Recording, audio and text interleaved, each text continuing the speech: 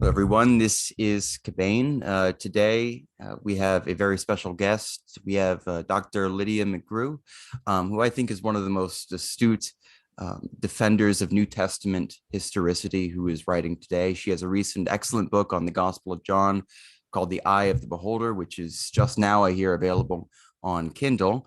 You should all pick that up as soon as possible. And what I like about Lydia is that she not only says what she means, but she knows what she means, which is the oft forgotten precondition to saying what you mean and having it mean something and at all. So we might have to take a few breaks here and there because she's struggling with a chronic pain condition, which she's talked about or will talk about on her own channel. But with that said, I just want to ask you, Lydia, how did you get into New Testament studies? Because I know that this isn't your formal academic background, but you've been into it for quite some time. How did you get to this place? Yeah, that's a very interesting question. So Tim and I were my husband, Tim, who is a professional philosopher, teaches philosophy at Western Michigan University. We were always interested in apologetics and the Bible. We were Christians, before we got married and so forth. And but my degree was in English literature in 1995. But already by the time I got that degree, which was just a little bit after when he got his PhD in philosophy, I knew that what I wanted to write it and publish in was actually philosophy rather than English. And so for quite a number of years there, he and I were writing and publishing in epistemology, the theory of knowledge, together, just secular epistemology articles. And those were, blind reviewed. I was a full participant in those. And around 2002, a friend pointed us to a section of Alvin Plantinga's Warned Christian Belief, where Plantinga, quite unfortunately, was saying that there was some big problem with the historical argument for Christianity. He had his own way to approach things. And so then he was saying there was this technical problem, focusing on Richard Swinburne's version. And our friend said, you are the people who need to reply to this.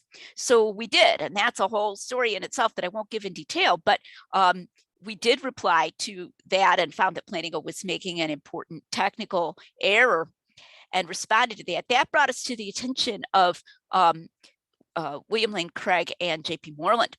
So we were, in other words, using our knowledge of epistemology to respond to Plantinga, who was also, an analytic philosopher epistemologist. And so Craig and Moreland tapped us to write the article on the resurrection of Jesus of Nazareth for the Blackwell Companion to Natural Theology. And so, all this takes a while, right? And so that was published in 2009. And in the course of it, we made a lot of reliance on the reliability of the Gospels. And we self-consciously were not taking a minimal facts approach, and we'll be discussing that today, of course. And so then Tim got really into the old apologists, like going back to the 1600s, 1700s, 1800s, and their historical case for the Bible. He even got a grant to discuss the history of the deist controversy, and that's all historical apologetics. And then he brought. Oh, go ahead. Yeah. What year about is this that you're getting engaged in this kind of stuff, just so I can know? I'm trying to remember. I don't remember the years of his grant. Unfortunately, I didn't look that up before I came to this, but I know he was getting just like books delivered. Like he would have research money that he could spend on books, and you have all these old books delivered to the house. Sometime between 2009 and 2013, and so then he got me interested in it. So in 2014, I had to go on a train journey on the Amtrak, and he went out and printed a book called The Horai Paul and I, which is by William Paley, and for me to read. And it's about the epistles of Paul and the book of Acts for me to read on the train. And that just got me completely sold on the argument from undesigned coincidences, which was really cool. And I came back and agreed to, we need to do a modern version of this and bring it into the the 21st century. And we agreed that whoever got the time to write the book first would write the book. So I did in 2015. And then it took, a few years. And like all this time, I'm publishing in epistemology as well, concurrently. In fact, I went off on my own. I started publishing on my own by myself in probability theory, using things that we'd actually done in that Blackwell article, some insights Tim had, but then I kind of ran with them on independence, testimony, how to evaluate witness testimony, all kinds of things that are very, very relevant to New Testament scholarship, obviously. And the analysis of those things in probabilistic terms, I'm publishing all this time. Ad hocness, the concept of ad hocness and how that applies to historical arguments and real world arguments. So then it took me a while to get that book published. Hidden in Plain View is what that's called, and that was eventually published in 2017 with D-Ward Publishing, early 2017. During the time I was preparing Hidden in Plain View, I became aware of some of the work of Dr. Michael Licona, where he had, those were video lectures. They were long video lectures, and then his own book, Why Are There Differences in the Gospels, came out around the same time as Hidden in Plain View in 2017. But he had these video lectures up, and I disagreed with that material strongly, and that drew me yet more deeply into studying New Testament. And by the way, Hidden in Plain View had a lot of acclaim from a lot of New Testament scholars. But I got drawn even deeper into studying all kinds of other aspects of New Testament scholarship, discovered there were more people that were really accepting these, as they were called, compositional device views. That took me to writing and publishing The Mirror or the Mask, which came out in late 2019. And I always knew, even when I was going to publish The Mirror or the Mask, that I wanted to do a separate book on John, because I just knew there was so much else that was said about John. So actually my contract for The Mirror of the Mask is a contract for both books, The Mirror of the Mask and The Eye of the Beholder, which I already had a title for.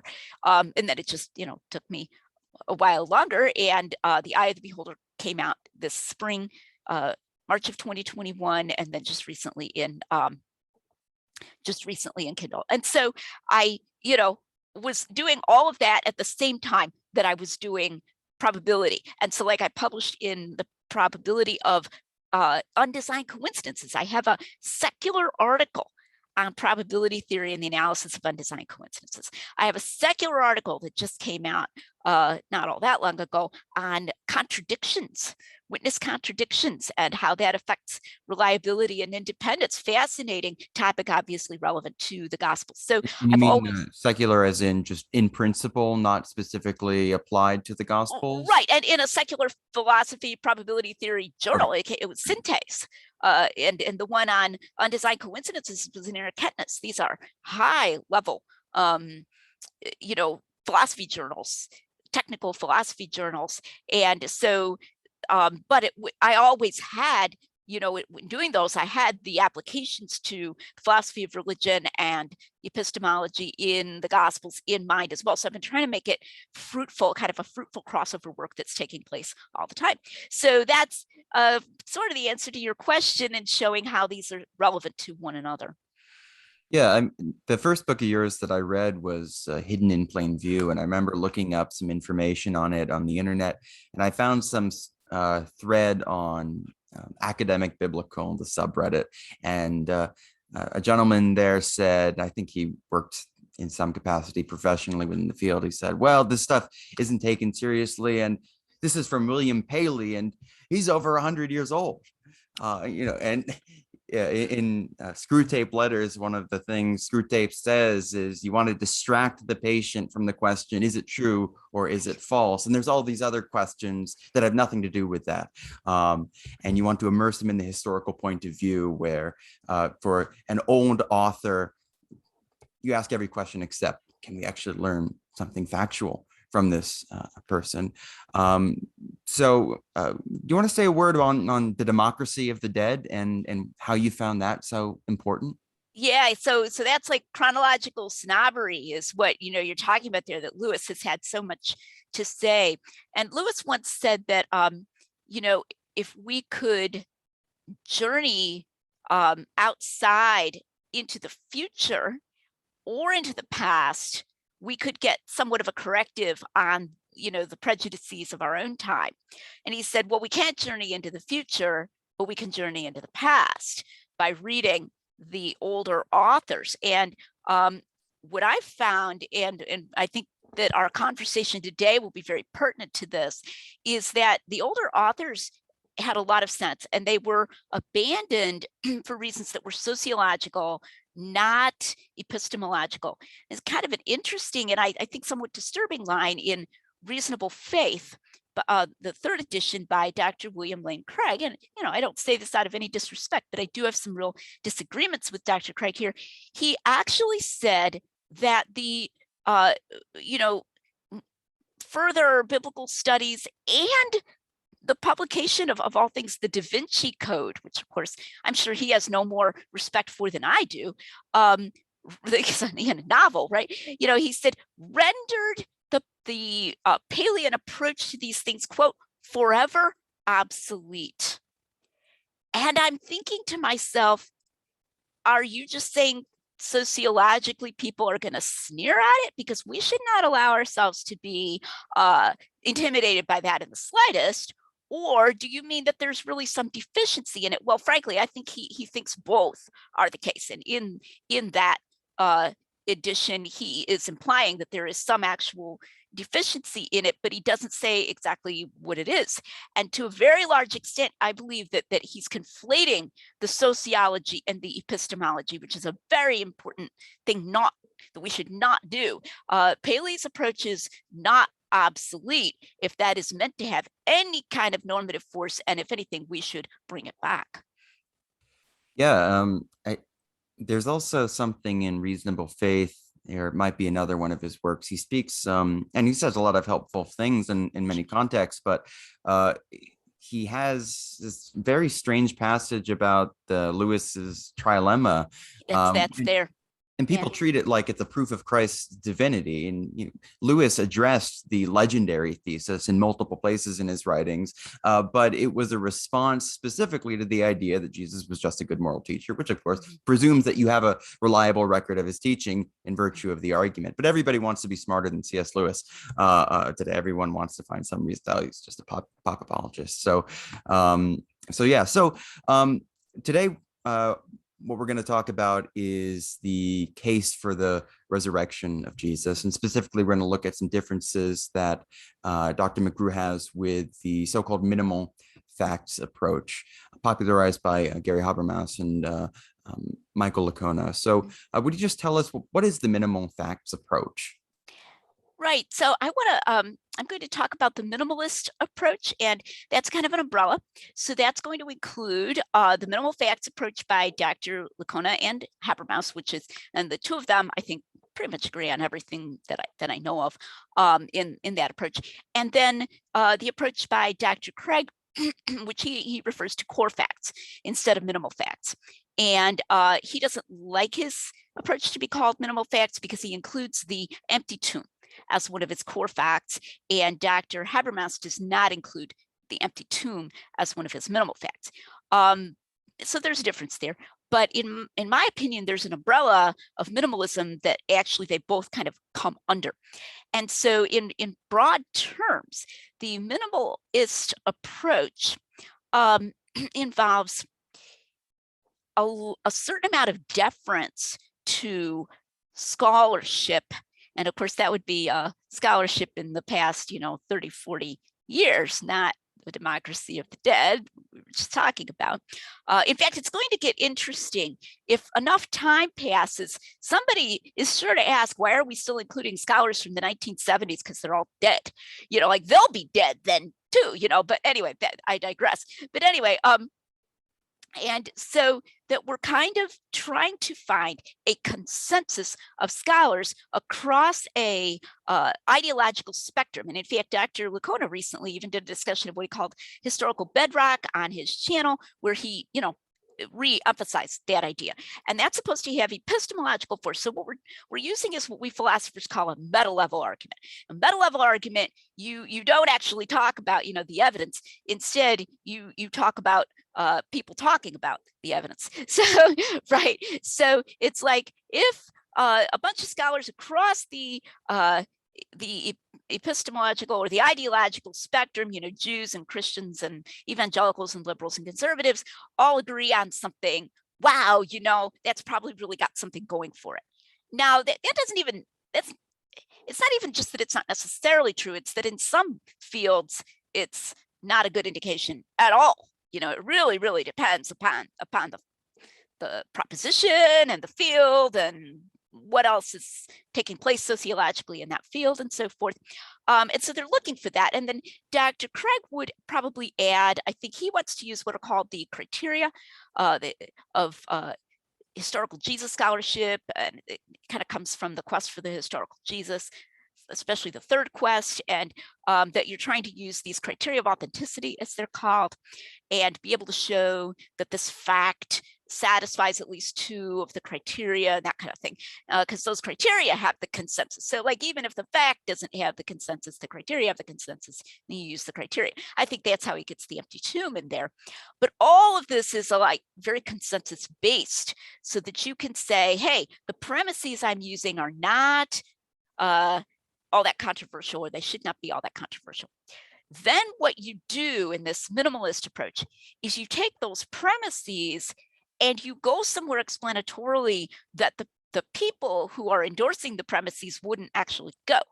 So kind of the idea is to say, hey, you guys, you granted more than you thought you were granting, in a sense, you by granting, say that the apostles had appearance-like experiences or whatever, you gave me as a Christian apologist a bigger tool than you realized you were giving me. So now I'm going to draw an inference to the best explanation that, of course, is not endorsed by the consensus, but the apologist believes he can do that, and that he can get both rhetorical and sociological, and I think they believe epistemological mileage out of the fact that his base of premises, whatever they are, his facts, are either conceded by or follow, methodology that's conceded by the consensus of scholarship, and then that's supposed to really interest people. So I think that's a fair description of what they're attempting to do.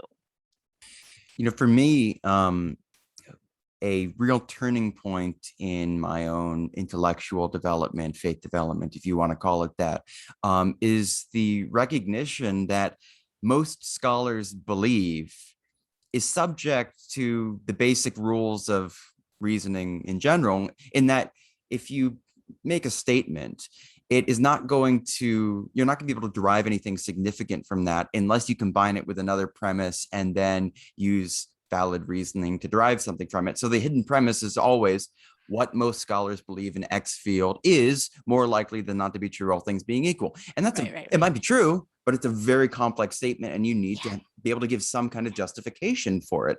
And I think most people, including scholars, just frankly do not think in those terms. If you, I did policy debate in high school, and one thing I realized is if you grab a debate case and you just look at it closely, you're able to just pull it apart just like that. Because if you read any kind of academic book, and there's good stuff published in academia, but I find that there's just logical jumps and leaps all over the place. Yes. So, most scholars believe, well, it could mean something, but also it could mean nothing at all. So what's the alternative to this? If the minimal facts case, and actually before I ask you that, I want to get your take on, is there any kind of use for a minimal facts approach at all? Could it be like a wedge to get someone to start thinking, or is it something we need to move on from in total? So I did a webinar, and maybe we'll link to that webinar where I spent a lot of time on this. This was in 2018, I believe, for Jonathan McClatchy's Apologetics Academy. And I distinguished several different ways that you could do the minimal facts case. And I think I used the phrase the clear-eyed approach to the minimal facts case, or some phrase like that, where like if you do that, what you say is, okay, this isn't going to get us very far. Like you just say that, to your audience, okay?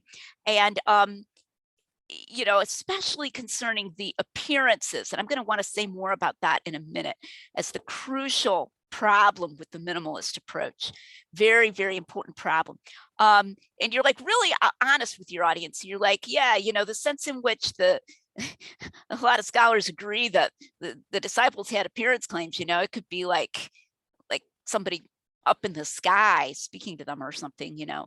It doesn't have to really be anything all that exciting. So there isn't all that much to it, but on the basis of this, maybe you should suspect that there's something weird happened. You know, like I think that's what you're going to get from it. It's like there's something odd that went on here, and whether you think it's, you know, mass hysteria or a ghost or you know, whatever, it's something weird happened. And you know, so in that sense it can be a wedge, but I'm concerned that I don't know of anybody who does it that way. Like I've never met anybody who does it that way, because it really doesn't sound all that exciting, you know, when you put it that way. I think even the way in which it works best as a wedge concerns cases where you're using what I call the naive minimal facts. Okay, and naive minimal facts case is a person who doesn't realize just how minimal the minimal facts are. So I'll maybe talk about that more in a second. But that they think that like scholars grant more than scholars really grant. Okay, and that sounds really exciting, because like if you say, you know, and people are I think sometimes not informed about this, so they're not trying to mislead anybody, but they just, or I've even seen Gary Habermas who does know, but he gets a little carried away sometimes, you know, and so they'll say, you know, they grant that they had appearances, you know, and then they'll talk about these appearances being outdoors and indoors or whatever to skeptics, and like, whoa, they don't grant that part, right? Okay, and so that actually is going to interest more people, even as a wedge, even as a starter, even as a kickoff. You know, someone like, I think Jordan Peterson heard about the minimal facts case and was intrigued. And I mean, I hate to say anything that's going to undermine the possible salvation of Jordan Peterson, right? And I may be misremembering this, but I think it was Jordan Peterson. Yeah, it was. But it was okay, and it's like probably what Jordan was hearing was not what's really true. In other words, probably he was hearing that the scholars grant that they had appearance experiences like the experiences in the Gospels. And that's something people need to know. And if we're going to be honest, need to admit, the scholars across the scholarly spectrum do not grant that the apostles had appearance experiences like what's recorded in the Gospels, where it's like Jesus is right there. He seems to be right there in the room. They're all like, several of them are there together. It seems to them like Jesus is there in the room with them together. They're handing him stuff to eat. He's eating it. They're not seeing it like just fall on the ground like he's a ghost or something. He invites them to touch him. He appears multiple times. His feet are solidly on the ground, you know, all that stuff. No, they do not. In fact, I asked Bart Ehrman. I like subscribed to his blog. I paid a little fee, subscribed to his blog where you're allowed to ask him questions. And I said, A, do you grant group appearances? And B, if there were group appearances, what do you think they were like? And he was very clear. No, A, he does not grant group appearances. But B, if there were group appearances, he thinks they were like Marian apparitions that are like at a distance. They're brief, you know, she's up in the sky or that kind of thing, you know, much easier to maybe dismiss. And I would even argue if somebody appears to be in the sky, that's not a very good argument for his being raised from the dead. I mean, that's more like a vision, right? I mean, if somebody's raised physically from the dead, he's going to be walking around in front of you. He's not going to be up in the sky, probably. I mean, Jesus was briefly up in the sky when he ascended, but you know, until then, he's walking around with them, and then he ascends. That's brief. He's gone. You know, he's not going to appear to you up in the sky. That's not a resurrection physical appearance. So I think when we water down what they have to do for scholarly consensus, it's just like in some sense, he appeared to his disciples. They had some kind of resurrection appearances. And that doesn't get you very far. In fact, it could even be evidence depending against a physical resurrection and more in favor of some kind of, that he was speaking from heaven. So Yeah, that's that answer. yeah. I mean, I think as far as a wedge goes, speaking of the Jordan Peterson phenomenon, in my experience, a much more successful wedge these days can simply be helping people to realize that, the academy maybe in itself isn't worth a uncritical trust in its consensuses. And suddenly all of these questions kind of pop open at once. And C.S. Lewis says we're in a situation where a man has to get the truth for himself or not have it at all. So in the spirit of getting the truth for oneself, what is the constructive case for the resurrection as you see it? How does one go about building this? So before I get into that, I think this would be a good time for a break. And I will be back shortly. Sure.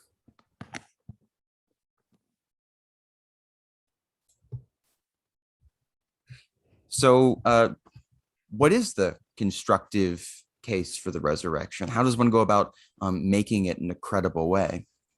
Yeah, I think that's a great question. And one thing I want to dispel in discussing this is the idea that if I call this a maximal data case, that means it has to take a really long time to explain. And I think maybe rhetorically, I need a different name or something, because when I say maximal data case, people are like, oh, I don't have time for that, and it doesn't quite work that way. Any kind of case you're making is going to have levels of detail that you go into. And this is true of the minimal facts case as well. There's going to be, a shorter version, a longer version, and more detailed, less detailed. And there is an elevator version of what I call the maximal data case. And you can either discuss it as a inference to the best explanation or a trilemma. Those are just different ways of presenting. I myself prefer the trilemma. I like the trilemma version, partly because it's concise. And so the trilemma way you put it would be the disciples, the original alleged witnesses, were either deceivers, deceived/mistaken, or saying something that was true, that Jesus actually was physically raised from the dead. So 3 options. And then they were not deceivers because of the context of persecution. We can tell that in the book of Acts and the intense persecution they faced, and their knowledge ahead of time that they were going to risk their lives for this. They were not deceived/mistaken because of the nature of what they claimed, which is, I like to say, or actually I'm getting this from Tim, if someone asks you if you spent last week over spring break or Christmas break with your best friend, would you be able to tell? Would you be able to tell if you spent a lot of time over break with your best friend? Yeah, it's not the kind of thing that you're going to be able to be mistaken about. So because of the nature of their claimed experiences, as we have them in the Gospels, they were not deceived or mistaken. And therefore, they were in fact telling the truth. This is something that really happened to them. So there's your elevator version, right? That you can give your brief version. And so obviously where the details come in is in eliminating those first 2 options. And it's going to be a non-deductive argument. I'm not claiming they're, that we prove. I don't like to use the word prove, but so for example, the reliability of the book of Acts is relevant to they were not deceivers. I remember when Tim debated Bart Ehrman on the Unbelievable show, Ehrman literally said, well, they weren't out on the street corners telling this. And Tim says, well, yeah, actually, they were out on the street corners telling you. We find that in the book of Acts, and so Acts reporting the content of what they were saying, and then what they risked in, like Peter and John are beaten, Stephen is stoned, Paul persecutes the church, including the apostles. Peter is arrested and is only released by an angel and then goes somewhere else and so forth. So like, and they just keep on, they never stop, even though this is what's going on. So that's relevant there. Okay, is Acts just propaganda or something? So you want to have your data, and somebody once said to me something like, keep the pots and pans in the kitchen. So you have your evidence that these are reliable. You've got that over here. And then just as a minimalist would do if challenged by, say, a Christ myther, he's going to bring out more stuff that he didn't present originally. Well, so here, if somebody says, oh, nonsense, all of that stuff about them being persecuted by the Jews immediately, that was just all added later, blah, blah, blah, then I'm going to bring out my evidence for the reliability of Acts, right? So, and then with that second thing that we're saying they were not deceived or mistaken, that's where we get into that very empirical, very tangible nature of their claimed experience. These were not brief, they were not fleeting. They included people initially skeptical, such as, Thomas. And one thing I want to make sure to clarify here, and this was clear in our 2009 article, we've been consistent since then, is that when we use the reliability of the Gospels, we're using it to say the Gospel accounts of the resurrection are what the original witnesses, people in the know, claimed. They have not been embellished, from that by someone else who wasn't an original witness. If they're embellished by an original witness, then that falls under the deceiver horn, right? But if they're embellished by other people, like Bart Ehrman says, the telephone game, or people telling stories, and it just gets all embellished. Well, they're not. This is actually authentic in the sense that it's what the original witnesses actually said happened to them. So it's not this kind of super direct, Gospels are reliable. Gospels say Jesus rose from the dead, therefore Jesus rose from the dead. It's more complex than that. Gospels are reliable. Gospel accounts are therefore not embellished, accurate accounts of what alleged witnesses, people who would have been right on the ground, said, people who would have been right there said happened. And then the explanation of this is that they could not have been mistaken. How mistaken can you be if somebody is like actually saying, oh, you got any food, and he eats, and he's somebody you knew extremely well, and he's not far away, he's right there, right in the same room, and there's a bunch of you together, and so on. So we use the reliability of the Gospels for that second part. They were not mistaken or deceived.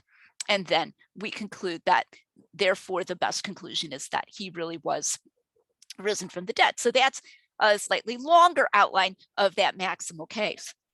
So let me ask you, 1 Corinthians 15, 3-7 or 3-8 plays such a significant role in the minimal facts case. Does it play any role for yours? Is it something that you would bring in? And that's an excellent question. And I've often expressed irritation with some of them. I'm like, here I go again with 1 Corinthians 15. But so I'm looking at 1 Corinthians 15 and asking what actual independent evidence is there. So take, he appeared to Cephas, for example. So it says he appeared to Cephas. Okay. Well, that's a little different in that some of the gospel accounts don't mention a separate appearance to Cephas, that is Peter. However, Luke does. And we have to remember that Paul's getting this information from the apostles. I mean, he's pretty much admitting that. And that has relevance for independence. I can talk about that more if you want, but the implication of the empty tomb, 1 Corinthians 15 is not independent evidence for the empty tomb. I cannot emphasize that too strongly. He never mentions the empty tomb. He may or may not have visited the empty tomb himself. He certainly didn't visit it on Easter morning because he wasn't even a disciple of Jesus yet. Okay, Paul has no independent information about the empty tomb. And he doesn't give any in 1 Corinthians 15. This is a mistake. I have an article in Themelios on independent attestation. Themelios is a theological, New Testament online journal. And I'm talking about that, and I'm like, no, because Dr. Craig says that 1 Corinthians 15 is independent attestation of the empty tomb. It's not. Where we would probably use 1 Corinthians 15 is in the mention of an appearance to James, which is not mentioned in any of the it's not mentioned in any of the Gospels. We have the implication in the beginning of Acts that Jesus' brothers had done an about face, because suddenly Jesus' brothers are there, in Acts 1, along with Mary, and, they're there, I believe, yes, they're at the coming of the Holy Spirit, it says, they're in Acts 2. Oh, I think they're there when it just says they're like continuing in prayer. That's in Acts 1 before it gives the account of the election of Matthias. So it's like, well, something happened, but it doesn't specify James. And then later in the book of Acts, James, Jesus' brother or kinsman, depending on I think he was his brother, but half brother, but okay, if you want to say kinsman, is like a leader. He's a big leader. And you're like, what is this? Because back in the Gospels, especially John specifically says his brothers didn't believe on him in John 7. So there's some kind of changeover that happened, but no mention of an appearance. So 1 Corinthians 15 does say that, he appeared to James. And I don't think that's James, the son of Zebedee. I think that's James, the kinsman of Jesus. That's kind of it, where 1 Corinthians 15 comes in. And I think a big part of the problem, and the reason why the minimalists don't understand that 1 Corinthians 15 is not as important as they think it is that they're placing all this energy into arguing that the disciples believed that Jesus was risen. Now, I have a video on my YouTube channel, which gets a little geeky sometimes. My YouTube channel does, where I talk about what I call a bottleneck problem, and why arguing that the disciples believed is not going to give you like an asymptotic approach towards certainty of Jesus really was raised from the dead. And it takes a bit to explain that, but in broad terms, you can't just keep pouring more and more and more into the disciples believed, and expect that to, because all you're doing then, right, is eliminating the first of those horns, that they were deceivers, right?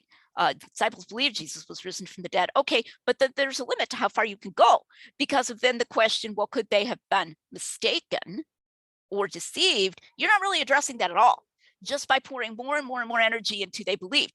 And so they'll use 1 Corinthians 15, and then they'll go into the whole thing about Paul, and they gave him the right hand of fellowship, and he said he was preaching the same gospel as the Jerusalem apostles, blah, blah, blah. And that's supposed to get us so excited. I just saw a recent video Dr. Lacona did about Polycarp and Clement of Rome, and how like they approved of Paul, and like he was all excited, and so if they approved of Paul, that probably meant, and then they were also quoting the apostles, and that probably meant Paul was giving the same gospel the apostles gave, and etc. So what is this?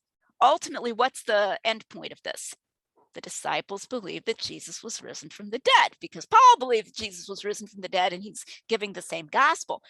That only take you so far. There's actually a hard limit. We can actually explain it probabilistically, that there is literally a hard ceiling, and all you're approaching is that ceiling. And that ceiling is expressed by the probability of R, the resurrection, given at probability 1, the disciples believed that Jesus was raised, right?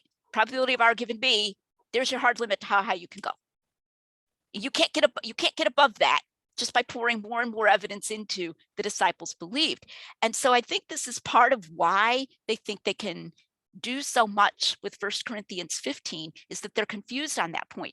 They think more and more evidence that Paul was preaching the same gospel as the disciples is literally more and more evidence for the resurrection, and can keep approaching higher and higher and higher without any particular limit toward a high probability for Jesus really was raised from the dead. And that's not how it works. And so this is one place where my training as a probability theorist and epistemologist is relevant. And that's why I make so much more limited use of 1 Corinthians 15, because frankly, Paul wasn't there.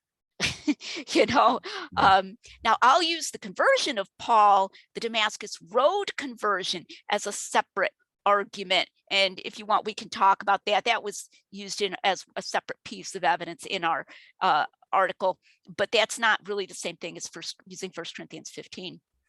Yeah, I think the way that I've generally started to think about these apologetic questions in general is that when you're talking about New Testament historicity or the historicity of anything really, what you're kind of dealing with is you have, let's say in 26 AD, you have the world looks like this. It has this set of documents, this set of people believing X. And then 33 AD, it looks like this. And then you have ultimately, you have these documents with these words, and it is produced with these characteristics. And you have to explain how are you going to get from A to B. You want some kind of unifying principle, which is going to get you the data, or roughly the data that you actually have.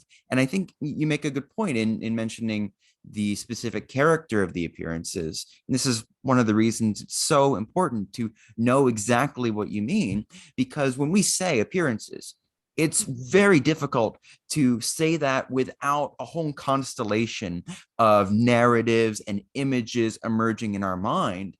And very often, especially if you're just getting into this question, you're not quite aware of what images and qualities and narratives are being attached to that word. It's kind of like if you, people will assume that the book of Acts says that Paul was riding on his horse to Damascus and he was knocked off its horse. Now, he may well have been riding on his horse, but that's there's not no what horse. I mean, as I recall, I don't think there's even a horse mentioned. No, it's exactly. It's not mentioned in the text, but it's something, it's an image in the head that you can even, you read the text directly and you might come away with it thinking, oh yeah, that's what the text says. So you have to be very, very precise about what is actually meant. I think on the appearance of Paul, I'd be interested for your thoughts on that, because it clearly is, yes, it's a resurrection body, it's a glorified body, and he does seem to distinguish it in some way from just later visions of Jesus, but it's a hard sell to suggest that this is the same sort of thing as what's narrated in the gospel. So how does that function in that's really important. So I want to talk about that because it's important. So epistemologically, I don't believe that we can distinguish, in the case of the appearance to Paul, between Jesus, who, if you'd thrown a rock above the Damascus road, like you're really good, and you like go boom, you would have like hit him, and a Jesus who is, if you throw a rock, it wouldn't hit him because it's like a Skype call from heaven or something. Okay. Or a vision, whichever you want to call it. There's nothing in the description that seems to me to distinguish those. So then someone might ask, but in the Gospels, when Jesus appears to the disciples, there is, right? Okay, because he says, touch me. He never invites Paul to touch him, and Paul does appear to be looking up, and it says light from heaven. So I think the aspect of our picture there where he's looking up is probably right. And so that if he did see Jesus, he saw Jesus, up. Now, I could be wrong about that. I've had somebody write to me very passionately, no, it's like he was standing in front of him, but I don't think that's what the text supports. Whereas in the Gospels, it's extremely explicit. He was in the room. Okay, and the parallel would be he was on the road with Paul, but it doesn't say he was on the road. Okay, so then you might ask me, well, then why do you consider the appearance? I mean, I think it would be a legitimate question. Why do you consider the appearance of Paul to be evidential? And I think it's an interesting question. Well, Paul had propositional content for the way, as I think it was called, that he was persecuting. I persecuted, all those who followed that way, he says. And he knew that they taught that Jesus had resurrected from the dead. And I think he knew that they taught that Jesus had, even when he hated them, he knew that they were teaching that Jesus physically was raised from the dead. So in what we philosophers would call his definite description for Jesus. So we have this phrase, a definite description. So like my definite description for you is that you're the person who knows Father Gregory, and you emailed me, and this is your name, and etc. I have these things that I attach to your name, right? And so in Paul's definite description for Jesus, even before the Damascus Road experience, he's the guy that was crucified, that these people, these blasphemers, are saying rose from the dead, right? So when it says that the voice said to him, I am Jesus, whom you are persecuting.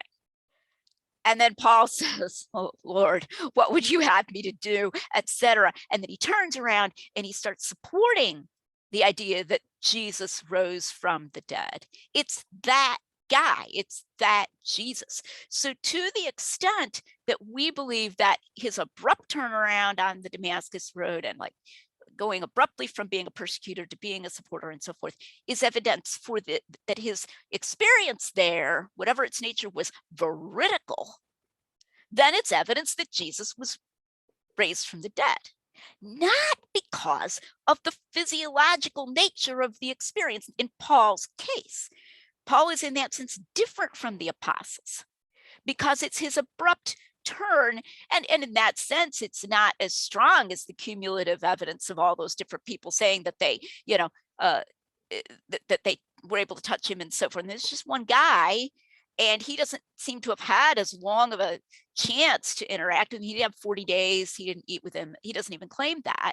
So it's not as strong as all that other stuff, but it's still got value because we say that his experience, it appears that his experience was probably veridical given his change and the dramatic, incredibly dramatic and abrupt nature of his change. That's how it's evidence for the resurrection, not by way of its being similar in type to their experiences. Yeah, so I think that in the contemporary world, there are at least some credible accounts of visions of Jesus by unbelievers. And, I would consider that evidence for the resurrection. Do you think that assuming that that's the case, do you think that the appearance to Paul is evidence in that sense, or is there still some way you would distinguish a contemporary vision? So I think in that sense, but in a stronger degree, the difference being that many contemporary visions, not all, are not occasioning such an extreme change or a change under conditions of such extreme persecution. Paul, having been a persecutor himself, knew, what to expect, right? And so it's a very tough thing. It's a tough thing for him to change like that. The other thing that I would want to point out is that his vision did take place under circumstances that could not plausibly be a dream. So it's in the daytime. He's with other people. Those other people presumably can attest that they're walking along or whatever, and all of a sudden Paul starts behaving really weirdly. Okay. And so a lot of these contemporary things, I mean, Jesus may appear to people in dreams. If I recall, I think Nabil Qureshi said Jesus appeared to him in a dream. And I think in the Muslim world, a lot of people are saying that Jesus appeared to them in a dream, but they're actually quite clear it was a dream and they're asleep. It's at night, right? Those could still have evidential value, but it's going to be an even stronger amount of evidential value if here's this guy, going down the road, he's going to go persecute X religion, and all of a sudden he's on the ground, and whatever the other people heard or didn't hear, in the accounts, there's some ambiguity there. Regardless, okay, he's on the ground and he's going, who are you, Lord? Yes, Lord. Right, Lord. No problem. Right, Lord. And then he's blind and they have to lead him. So there are these surrounding circumstances that are not dreamlike and that are independently, verifiable by third parties. And I don't know of a lot of modern, I probably just haven't investigated them, but I don't know of modern visions of Jesus that fulfill those criteria as well.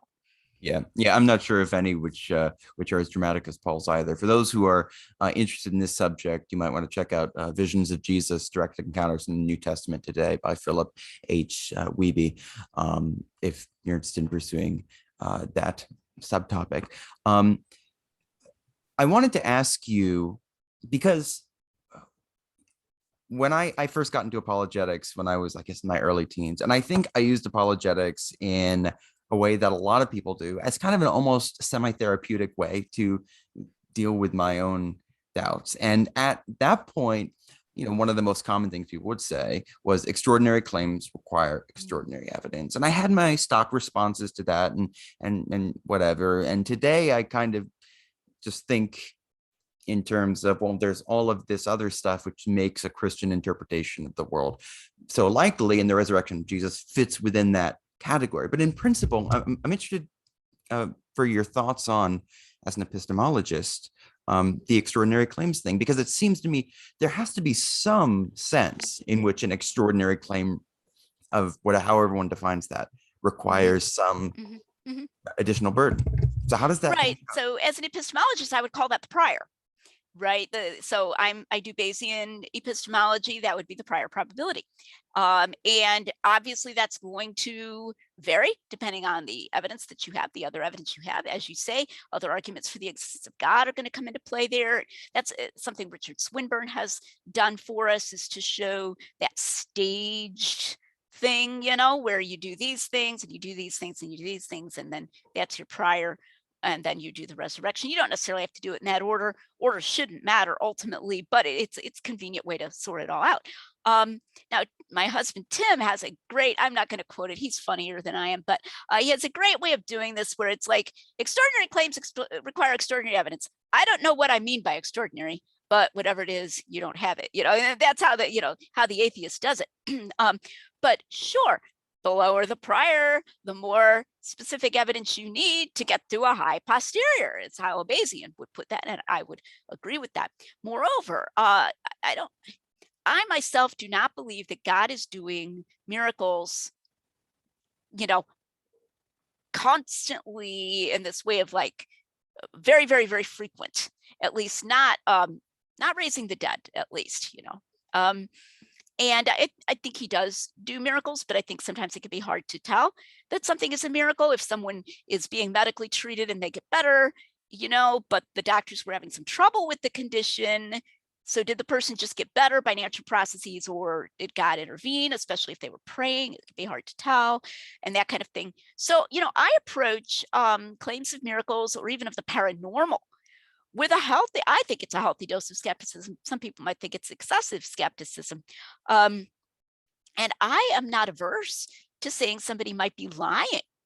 I've seen Dale Allison is a New Testament scholar, and I would not call him a Christian. I would call him kind of an old liberal scholar, that I think he kind of is leaning towards what you might call it sort of an objective vision theory.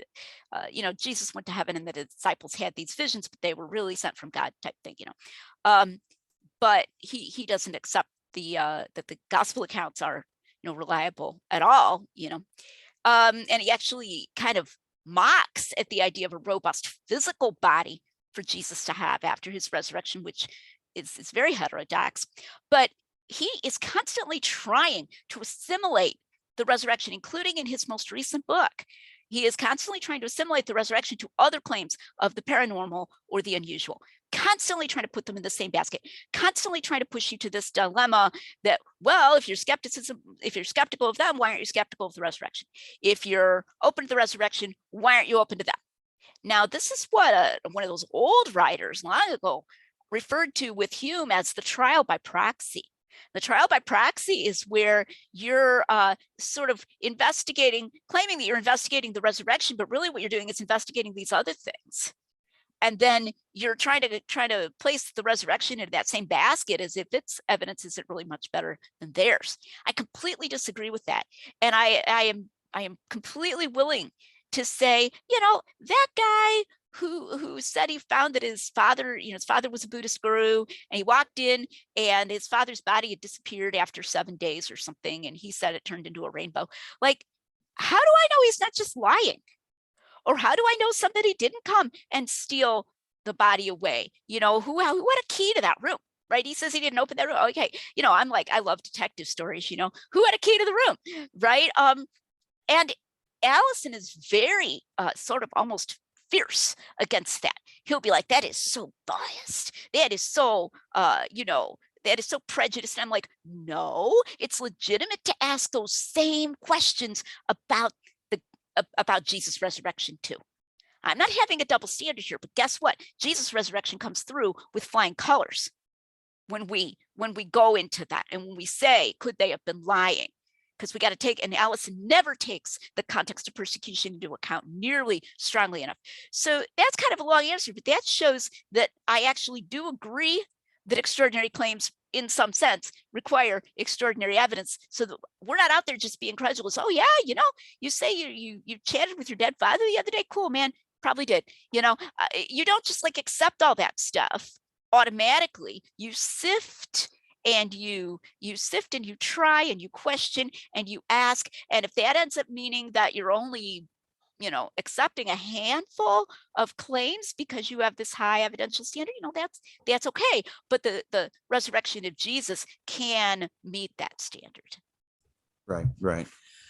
So on the issue of the appearances and the kind of robust defense of the narratives that you would make, what is your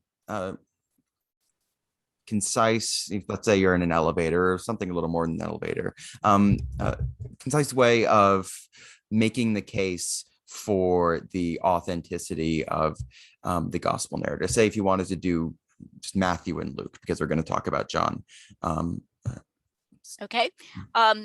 I would say that there are many different kinds of evidence that they are accurate and careful, that they're never making anything up.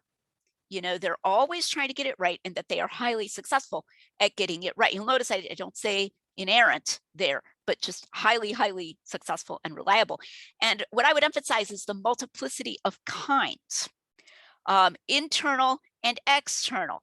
And then we can sort of, zoom in, external evidence concerning, botany and geography and these kinds of things, and rulers at the time and this kind of thing, and even obscure rulers at the time, not just famous rulers at the time. And internal are things that we'll maybe talk about later, these things called undesigned coincidences, that in general with the internal, they confirm each other in ways that would be very hard to make up, and they sound like witness testimony. So if you listen to the way that real people talk, that this actually fits that and has characteristics that we find in that. So that would be my elevator version. And then of course, I've written 3 books that try to expand that further, and I do details of it in videos as well. So on the reliability of the resurrection narratives that we have in the Gospels, we mentioned earlier the argument that you have from undesigned coincidences, and we'll be having Dr. McGrew on again to talk specifically about John and as well as undesigned coincidences. How would this apply and relate to the historicity of the resurrection specifically?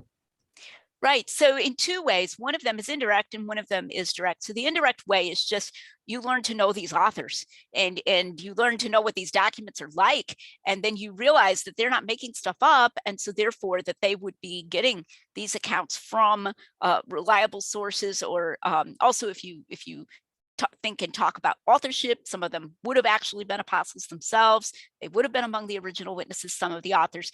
And so indirectly you get, okay, so these probably came from the witnesses. So that's your indirect. Your direct is that there are some undesigned coincidences that pertain directly to the resurrection narrative. So I'll give an example here. The women come to the tomb, and in one of the accounts, the angel says, tell his disciples that he's going ahead of them into Galilee.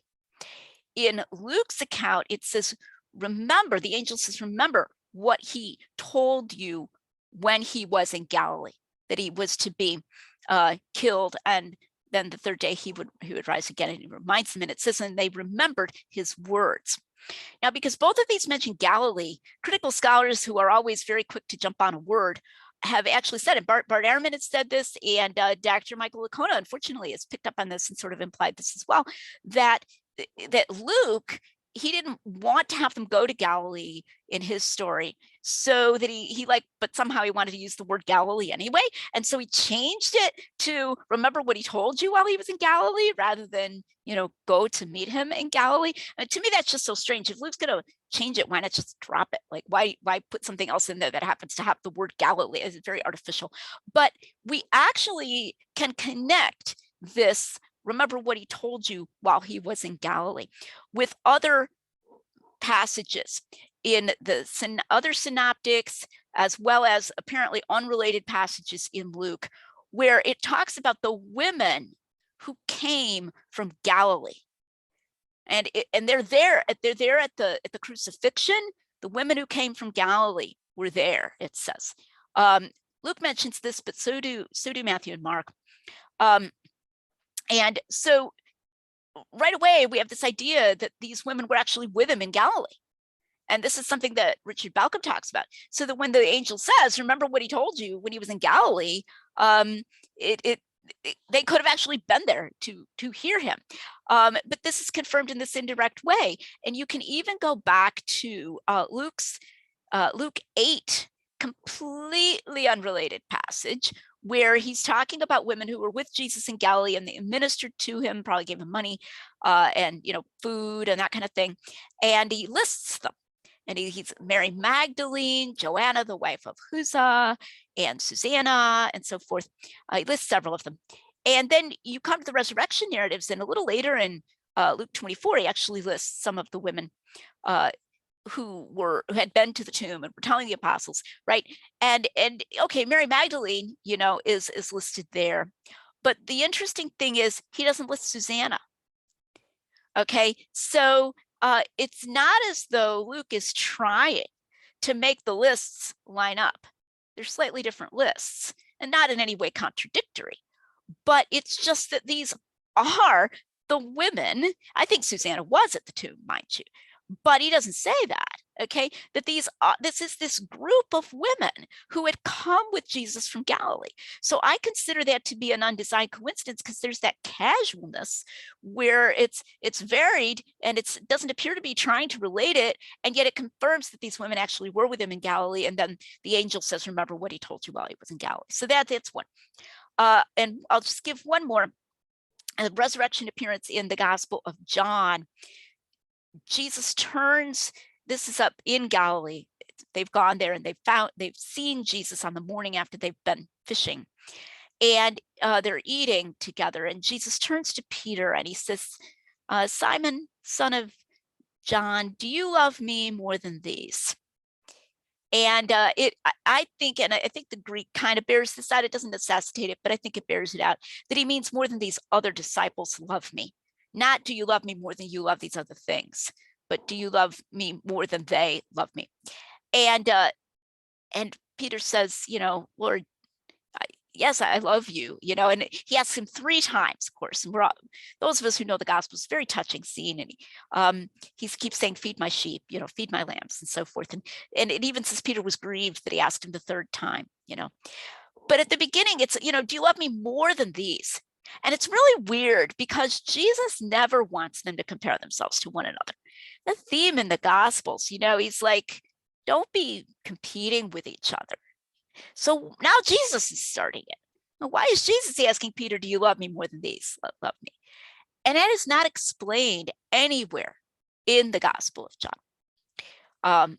Why Jesus asks that particular question. Now, we know in John that Peter has denied Jesus, okay? We've got that, and that this has something to do with that. But why specifically do you love me more than these love me? That specific thing is not explained in John. We know that Peter has said that he'll follow Jesus even to death, but not compared himself to the other disciples. But you go to the synoptics, and you find specifically in Matthew and Mark that, and I can't recall if it's in Luke, but it's definitely Matthew and Mark, that he says, even if all of these forsake you, I will never forsake you. Because Jesus says, you will all forsake me this night. And Peter, he's a little cocky, but he also really, really loves Jesus.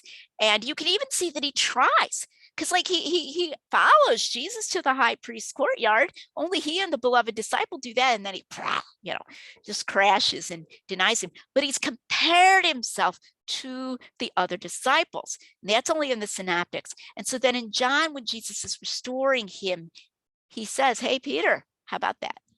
Do you love me more than they love me?" Right? And it's embarrassing.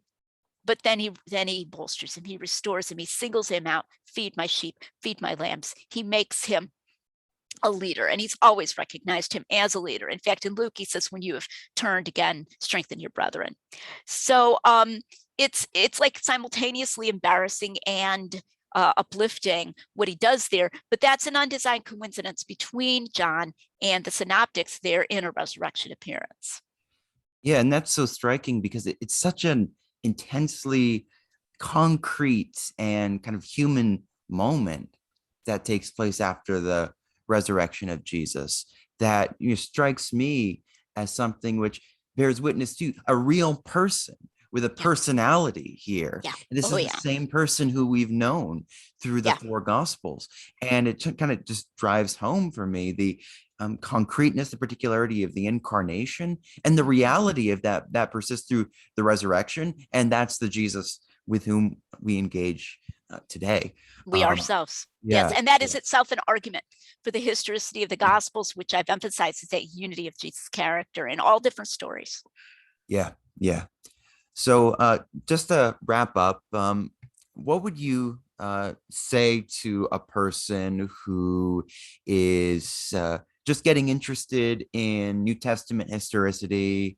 What would you recommend in terms of, well, do I go out and debate this? Should I just not talk about it at all? Should I read X much before doing it? How does a person get their feet wet? I always tell people to slow down. Like those are my two words: slow down. Do not go out debating this, especially if you're a new Christian, for goodness sake, especially. But even if you've been a Christian for a while and you're just now getting into Christian evidences, do not go out there and try to be Jack the Giant Slayer. You are not Jack the Giant Slayer. You need time. And these are cumulative cases. Cumulative cases, they're sort of like yeast bread, they take time to rise. And you need to ponder, you need to meditate and go over them. And I don't mean anything spooky about that. It's just epistemologically, it's like any other field. You need time to kind of learn to have that sense, that techne, that art of evaluating and hearing. A lot of people don't know how to read. They haven't learned how to read. And so they can't feel immediately when they read the Gospels that texture, what I call the texture of witness testimony. Take time to learn to do that. I have seen people deconvert because they went out there too soon and started trying to kill the giants. Hey, I'm going to have a dialogue with the street epistemologists. Do not do that. Do not do that. Take your time, slow down. And I'm not saying 15 years here necessarily, but I am saying, not everybody's gifting is debate. I don't do live debates. Like I've only done one. I did one with Craig Evans on Unbelievable. In general, I dislike live debates. I feel they can distort the argument because it has to be done. You have to sound smart. You have to have something to say about everything that sounds smart, right? And you can't just say, I don't know, or that's a complicated question or whatever, right? You always have to have something to say, or there's three possibilities here and I'm not sure which one it is or whatever. That doesn't sound good in debate. So that's not everybody's gifting, and it's definitely not the time if this is new. So I would say read, I hate to toot my own horn, but read my books. They're available in Kindle. All of them now are available in Kindle, if you have Kindle Unlimited or whatever, but also read old books, read the Horae Paulinae, read Paley's Evidences, a little book, something quick, but it's real packed with a lot of unusual information, is Peter Williams' Can We Trust the Gospels? And, Peter's British, and so he does have that little British understatement as to what this shows. And you have to, you always have to kind of add a factor for the British. So if an Englishman says not half bad, he means this is incredible, So add that, because I know Peter really has this very, very robust view of the history of the Gospels, but you'll find evidences there you won't find anywhere else, because they're just fascinating. Like I mentioned botany, he talks about that in there. So read some of this stuff and assimilate it and pray and be close to the Lord Jesus Christ, and do all of that, and take your time, ask questions when you have questions, and then maybe as the Lord leads, start engaging, but not necessarily going to some infidels.org place and, hey, I'm going to go into Combox and just take whatever comes.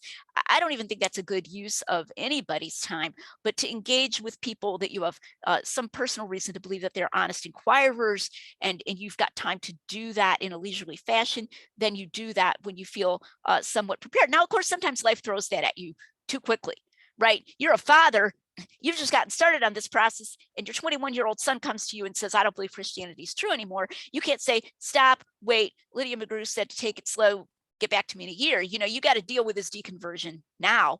But you can also point him to other people. Jonathan McClatchy, whom I commend highly, he has a ministry that he does with where he actually encourages people who are honestly inquiring, and they can't just be trolls, but to get in touch with him if they have doubts about their faith, or if they're considering converting, considering converting or considering deconverting, either one, and they want to have personal conversations, and he will do that. And that's just an incredibly generous thing he offers. So if you've got people in your life that you feel, urgently have to be addressed, you do what you can, but then you reach out to the larger body of Christ to help with that as well. Yeah. And by the way, if I have people here who are not really familiar with my channel, you can email me at seraphimhamilton@gmail.com if you're interested in that kind of thing as well, because, I went through, a pretty long, intense struggle with doubt. And I know so often it feels like there's no light at the end of the tunnel, but there really is. So thank you so much for coming on today. I've really enjoyed it. I think my viewers are going to get a lot out of it, and really look forward to having you on again to talk about John and undesigned coincidences. Thank you, Sarah. Thanks so much for having me. Thank you.